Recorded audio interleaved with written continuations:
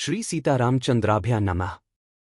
वाल्मीकि रामायण अयोध्याकांड सर्ग 64 श्लोक 46 से 61। श्रवण कुमार स्वर्गारोहण। दशरथ शाप।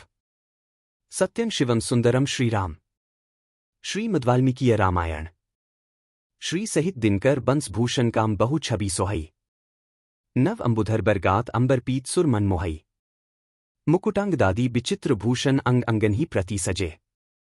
अंभोज नयन बिसाल उर्भुज धन्य नर निरखंतीजे। श्रवण कुमार स्वर्ग जाते हुए आप भी शीघ्र आ जाइए, और पिता का शाप, जैसे हम पुत्रहीन शोक से मरें वैसे तू भी पुत्र वियोग में मर। अयोध्याकांड सर्ग 64 श्लोक 46 से 61 सुनिए। पिछले भाग अयोध्याकांड सर्ग 64 श्लोक 31 से 45 में अंधे पिता ने विलाप किया, अब अंधी माता का भरण कैसे करूं, और अपराधी के लिए अकुशल गति का संकेत दिया, श्रवण को उत्तम गति का आशीर्वाद भी दिया। आज वाल्मीकि रामायण अयोध्याकांड सर्ग 64 श्लोक 46 से 61 में कथा शाप से अंत्येष्टि तक पहुंचती है। श्रवण कुमार स्वर्गारोहण कर पिता को बुलाता है और पिता दशरथ को स्पष्ट पुत्र वियोग शाप देता है। इसके बाद दंपति चिता पर प्राण त्यागते हैं। यह शाप दशरथ के राम वियोग और मृत्यु का पूर्व संकेत है।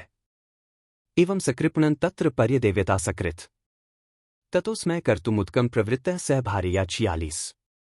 इस प्रकार वे दीन भाव से बारंबार विलाप करने लगे। तत्पश्चात अपनी पत्नी के साथ वे पुत्र को जलांजलि देने के कार्य में प्रवृत्त हुए। 46। स तु दिव्यन रूपेण मुनिपुत्र स्वकर्मभिः स्वर्ग मध्यारोहत क्षिप्रन शक्रेण सह धर्मविद 47। इसी समय वह धर्मज्ञ मुनिकुमार अपने पुण्य कर्मों के प्रभाव से दिव्य रूप धारण करके शीघ्र ही इंद्र के साथ स्वर्ग को जाने लगा। 47। अभाषे च तो वृद्धो शक्रेण सह तापसः आश्वस्य च मुहूर्तं तु पितरम वाक्यम ब्रवीत 48।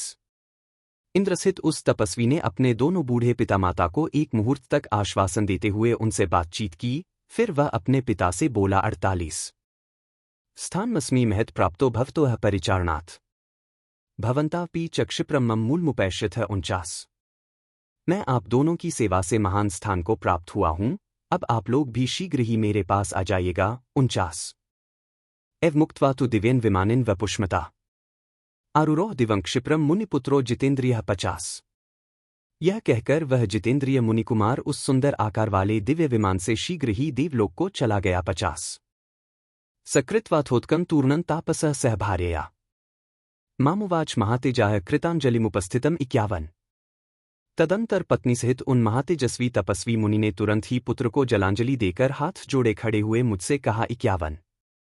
अद्यैव जहिमा राजन मरणे नास्ति में व्यथा यह शरेणक पुत्रन मां त्वं कार्शीर पुत्रकम 52। राजन, तुम आज ही मुझे भी मार डालो, अब मरने में मुझे कष्ट नहीं होगा।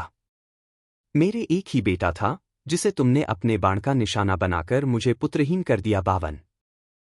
त्वयापि च यदज्ञानान् निहतो मे स बालकः तेन त्वंपि शप्स्यहं सुदुःखमति दारुणम 53। तुमने अज्ञानवश जो मेरे बालक की हत्या की है, उसके कारण मैं तुम्हें भी अत्यंत भयंकर एवं भली भांति दुख देने वाला शाप दूंगा। 53। पुत्र व्यसंजन दुःखं यदि तन्मम सांप्रतम एवं त्वं पुत्र शोकिन राजन कालं करिष्यसि 54। राजन, इस समय पुत्र के वियोग से मुझे जैसा कष्ट हो रहा है, ऐसा ही तुम्हें भी होगा। तुम भी पुत्र शोक से ही काल के गाल में जाओगे। 54। अज्ञानात् तु हतो यस्मात् क्षत्रियेण त्वया मुनिया तस्मात् त्वां नाविशत्याशु ब्रह्महत्या नराधिप 55 त्वां पैतादृशो भावः क्षिप्रमेव गमिष्यति जीवितांतक्रो घोरो दातारमिव दक्षिणाम 56। नरेश्वर, क्षत्रिय होकर अनजान में तुमने वैश्य जातीय मुनि का वध किया है, इसलिए शीघ्र ही तुम्हें ब्रह्महत्या का पाप तो नहीं लगेगा, तथापि जल्दी ही तुम्हें भी ऐसी ही भयानक और प्राण लेने वाली अवस्था प्राप्त होगी। ठीक उसी तरह जैसे दक्षिणा देने वाले दाता को उसके अनुरूप फल प्राप्त होता है। 55 से 56। एवं शापमयि न्यस्य विल्प्य करुणं बहु चितामारोप्य देहं तन्मिथुनम स्वर्गमभेयात् 57।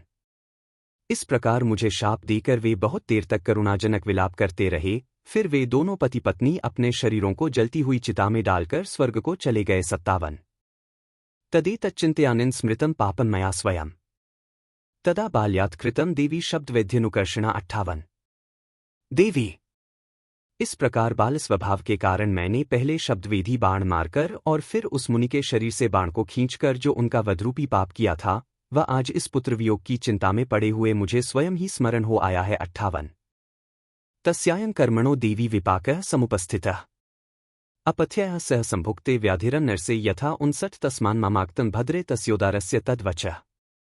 देवी अपथ्य वस्तुओं के साथ अन्न रस ग्रहण कर लेने पर जैसे शरीर में रोग पैदा हो जाता है, उसी प्रकार यह उस पापकर्म का फल उपस्थित हुआ है।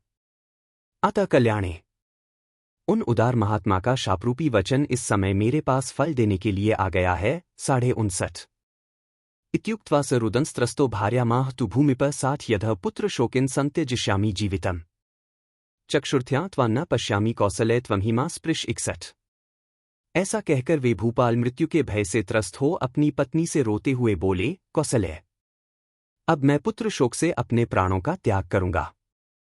इस समय मैं तुम्हें अपनी आंखों से देख नहीं पाता हूं, तुम मेरा स्पर्श करो। 60 से 61 कल श्रीमद् वाल्मीकि रामायण अयोध्या कांड सर्ग 64 श्लोक 62 से 78 में दशरथ शाप सुनाकर कौसल्या के पास लौटेंगे, राम को याद कर शोकाकुल होंगे और प्राण त्यागेंगे।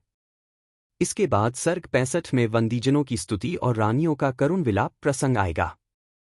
यदि वाल्मीकि रामायण अयोध्या कांड सर्ग 64 श्लोक 46 से 61 में श्रवण कुमार का स्वर्गारोहण, दशरथ पर शाप और माता पिता का चितात्याग आपको भावुक कर रहा हो, तो वीडियो को लाइक कीजिए, शेयर कीजिए और चैनल सब्सक्राइब करके बेल आइकन दबाइए।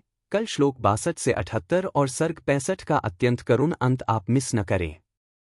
बार बार बर मागो हर्षी देहु श्रीरंग पद सरोज अनपाइनी भक्ति सदा सत्संग। कथा विसर्जन होत है, सुनो वीर हनुमान।